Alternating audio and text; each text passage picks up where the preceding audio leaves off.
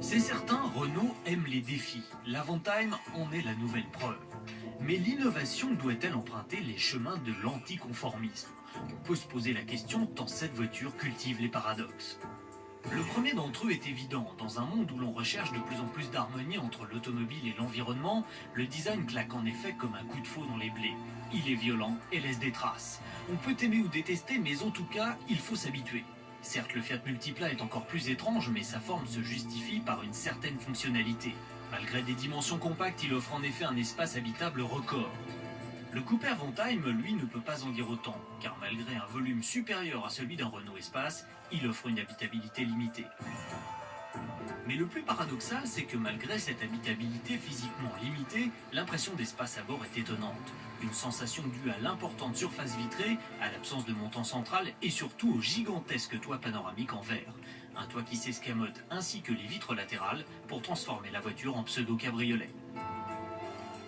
Les sièges aussi méritent des éloges, ils sont beaux et confortables. Mais hélas, le reste de la finition n'est parfois pas à la hauteur. On se consolera avec la multitude de vides-poches d'un volume total de 27 litres.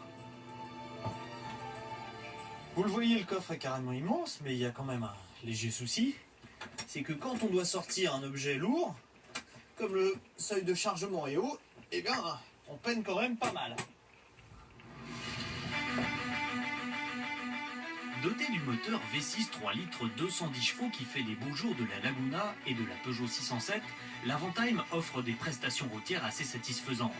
Malgré ses 1750 kg à vide, la voiture passe en effet de 0 à 100 en 8 secondes 6 et pour peu qu'on ait de l'élan, on atteint 220 km/h.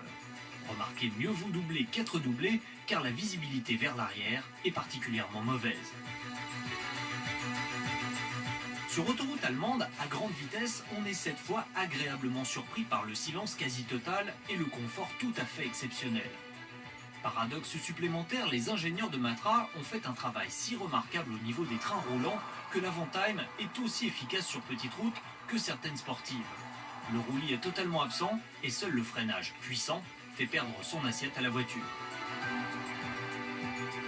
L'impression finale est donc la même que celle de départ, on est déconcerté. L'Avantime est une excellente voiture, mais on a l'impression qu'à vouloir trop en faire, Renault a gâché une partie de son potentiel.